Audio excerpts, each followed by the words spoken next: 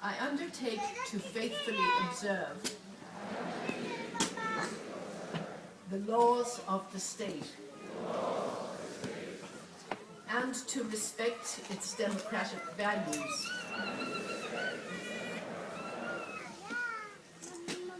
My congratulations to you. You are now all citizens of Ireland.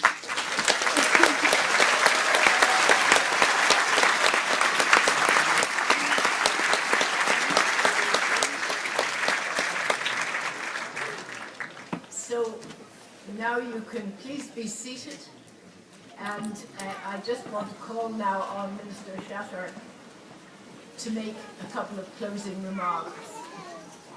So my heartiest congratulations to all of you, and I hope you will all have an extremely happy life here as citizens. Thank you.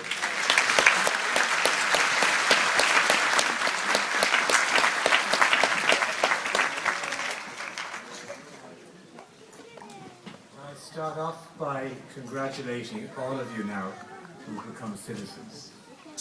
You know, when you walked into the hall this morning, you came from over 100 different countries. You're now all citizens of the one country.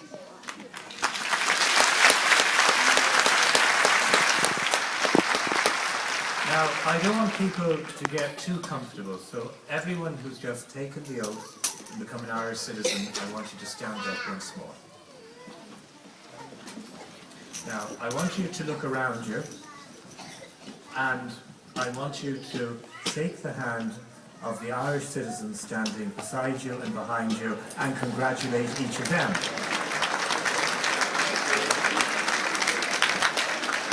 Now, when you've done that, I'm going to ask you to all sit down again. I'm a bit nervous, there's one or two people getting over-enthusiastic.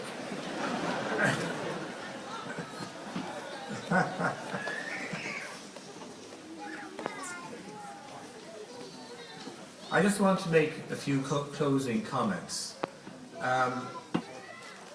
As Judge McGuinness said, you're now Irish citizens, but all of you will still have family in other countries, the countries of your original nationality. You've brought with you an amazing cultural heritage to Ireland.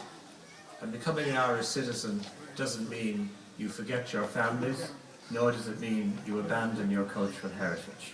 We want to share in the richness of your heritage, and we want you to share in the richness of the heritage of this country.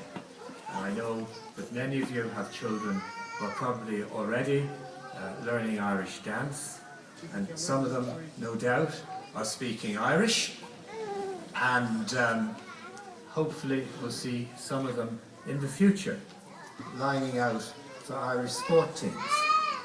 One of the great advantages of having people from so many wonderful backgrounds in this country who are now Irish citizens is the richness also of the sporting professionalism and talent that we now have. So those of you here today from New Zealand and Australia, either you or your children, I hope, will have something to teach our cricket team, which has been doing very well, but could do better. And of course, as we know, there's an All Blacks rugby tour about to take place, and I think those of you from Australia and New Zealand may also be able to teach the Irish rugby team a thing or two. Though I think we beat Australia not too long ago, so maybe the main lesson is going to come from New Zealand. Those of you who come from South America, Brazil, for example, you bring talents that I think the Irish soccer team could very richly benefit from.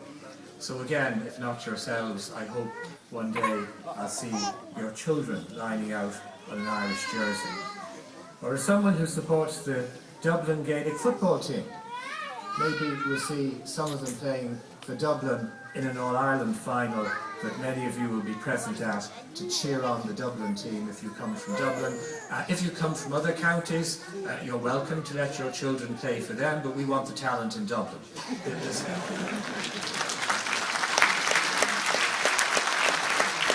course, we also have within this group today some people from Russia.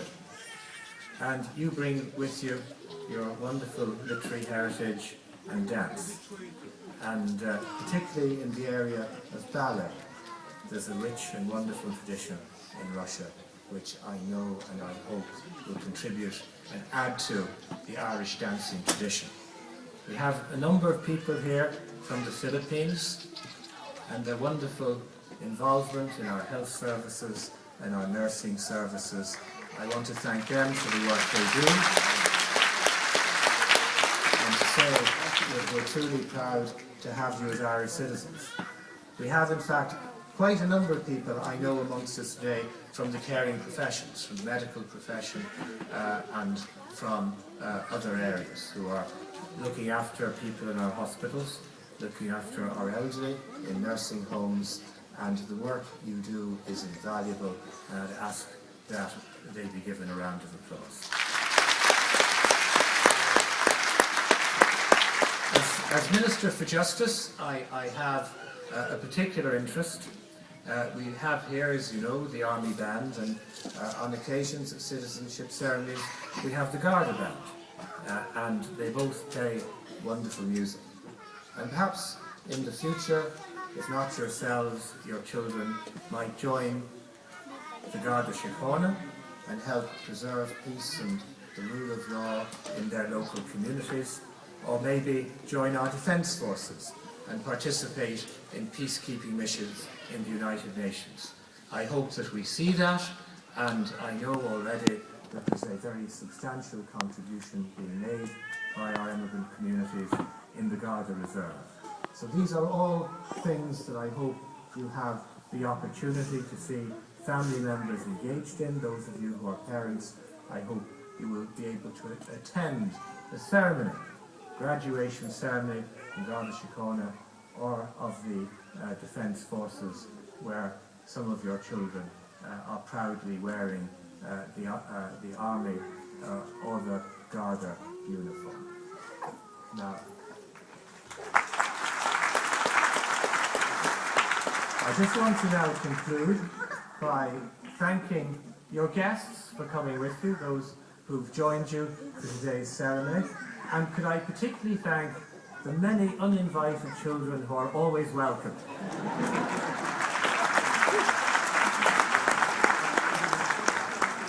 I think it's the presence of children in the audience, and they're so wonderfully well behaved, but it would take away from the family occasion this truly is if they all remain totally silent.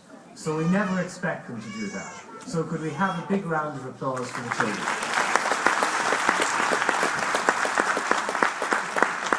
I hope you've enjoyed this ceremony. I hope you will have happy memories of today's event. I hope you have the opportunity as you head into the afternoon or this evening to celebrate with your families and your friends the fact that you entered this hall citizens of over 100 countries. You're leaving this hall the citizen of one country, the Republic of Ireland. Thank you very much.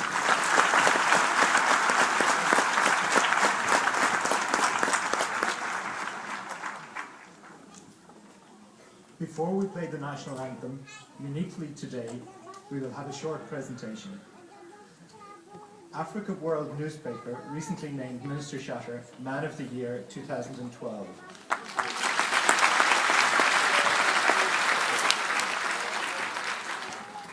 I now invite representatives of Africa World, Uka Opori,